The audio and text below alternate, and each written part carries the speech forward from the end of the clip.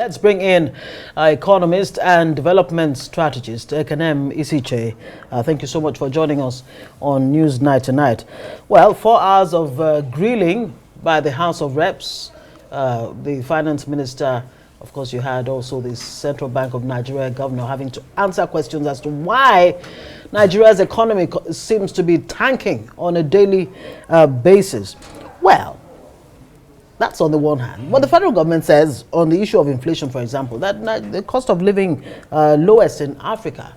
The central bank says we're doing everything to improve Nigeria's economy. Let's get your thoughts on the direction we should be going, and if the policy is in place now, will it take us there? Well, first of all, thank you for having me. I think as we think through Nigeria's challenges and problems, this is one issue that I believe that involves everyone. The nationals, the subnational, and the agencies. I don't think CBN can solve Nigeria's issues alone. And I don't think the Ministry of Finance can do that alone. I think we need to dig deeper. There's some fundamental issues of why we have a high cost of inflation. There's some fundamental issues around why we are borrowing so much. There's also some fundamental issues around our current debt service levels.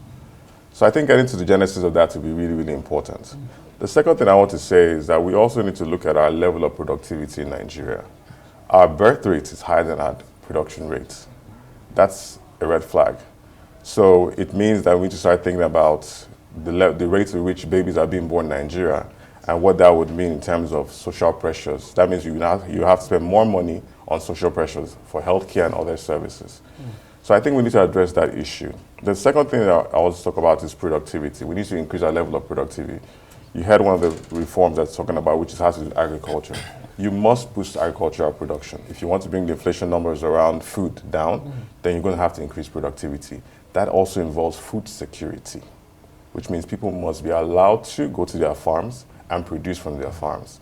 And there's another element involved in that too, which is supply chains. So the supply chain from farm to access, and then not just access, but then to exports.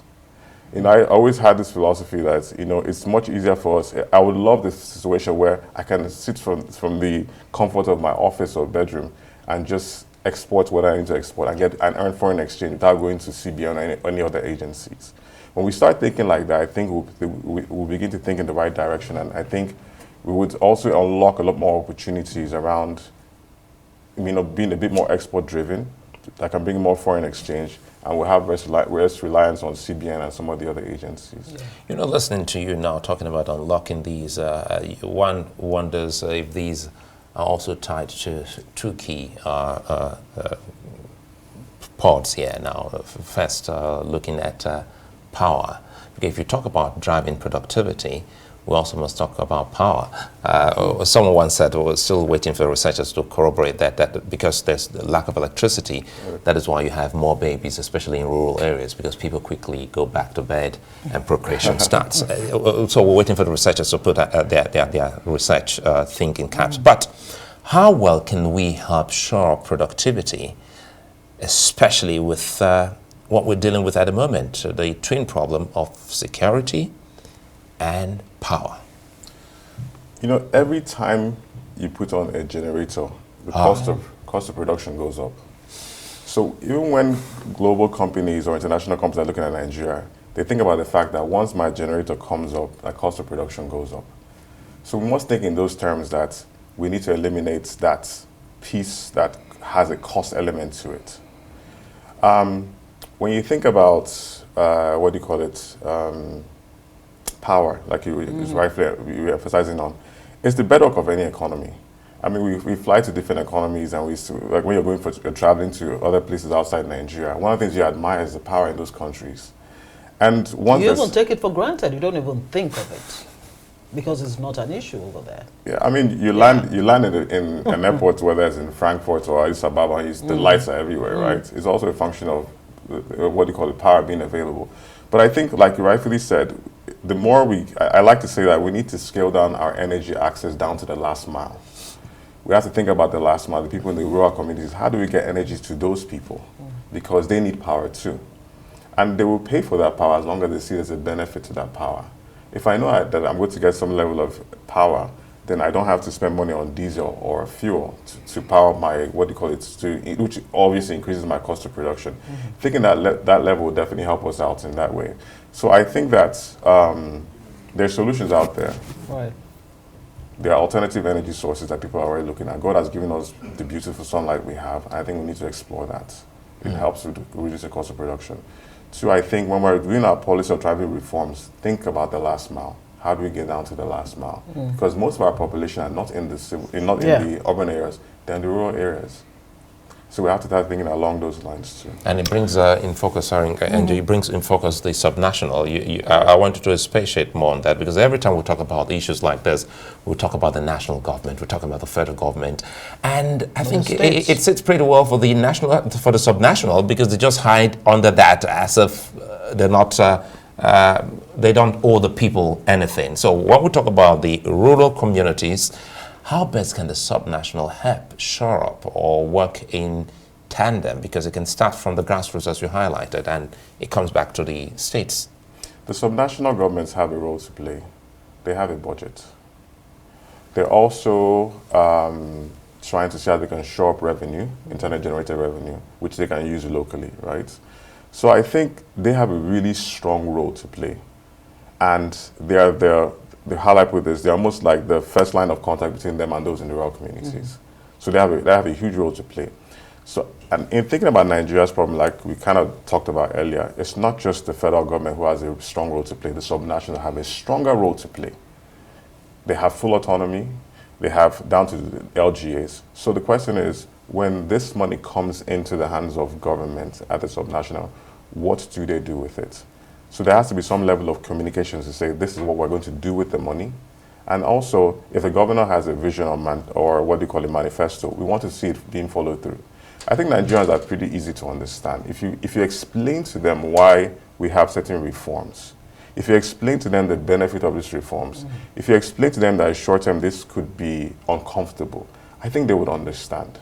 Because we're quite easy. Yeah, and they also want to see leadership by example and not see profligacy at government level. Let's come back to the issue of the cost of living crisis and the protests that have greeted this in recent times. There was one in Niger State, in Kano, and who knows where next. Now, President Tinubu has waded in, saying, look, there needs to be an emergency in place, emergency food intervention, open the food, reserves and what have you. I recall speaking with a food expert the other day, and he said, look, there's nothing in our food reserves because they were actually depleted during COVID-19, that he's not sure they've, put back that much, in the food reserves. Immediate solution, you'd say that would be, but what are the long-term policies that need to be in place for all of this really to begin to, improve? I think for the government, I think it's a good start.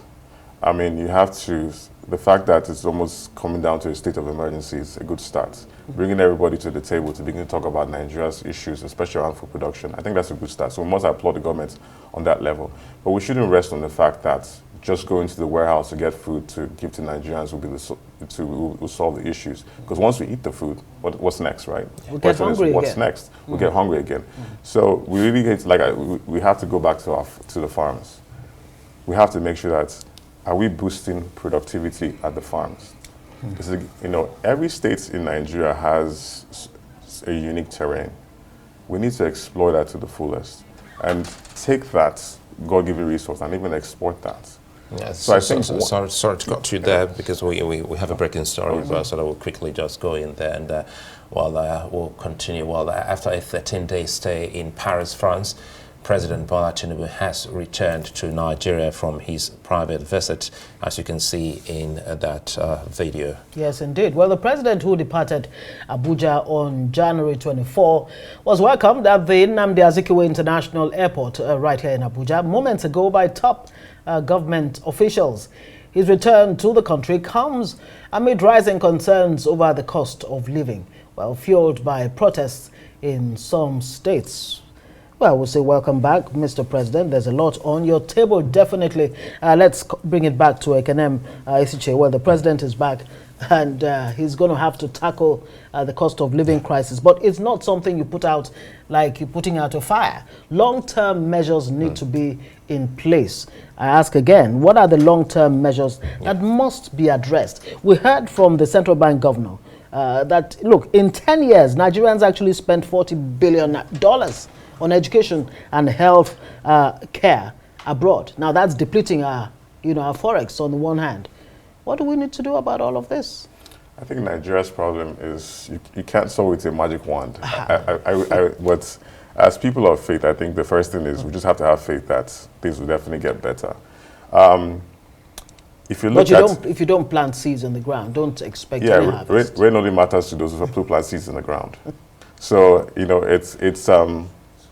the president has an 8-point agenda. And when you look into it, one of the key elements is around agricultural production. We have to think through how do we scale this. And I keep emphasizing because at the end of the day, everyone has to eat. Right. What is the biggest cost factor to a Nigerian is food. So we must think through, number one, how do we boost our agricultural production? Number two, how do we manage our inflationary issues? So I think what the CBN is doing around having a targeted inflationary framework is helping. Yeah, CBN is saying 21% in 2024. Yes, from 28%. From 28%. So I think it's possible as long as we follow through with those reforms. I'd like to say also from a sustainability point of view is there's a big thing that we sometimes miss is called communication. There has to be a strong communication channel down to the last mile of why we're doing what we're doing. Because when you ask the taxi driver or the bus driver, they don't really understand what we're doing. So those are just 3 elements there. Then I think the fourth one is what we mentioned earlier, is that we must have a plan around power. Right. Once you have power, I believe you have life. Yeah. And once you have that, everything else would fall in place. Every every society that has some level of productivity has a strong, system around power. Reliability of power, utilization of power, and development of power. Every strong society also has a strong base around human capital. How do we make sure that we harness the human capital we have in Nigeria?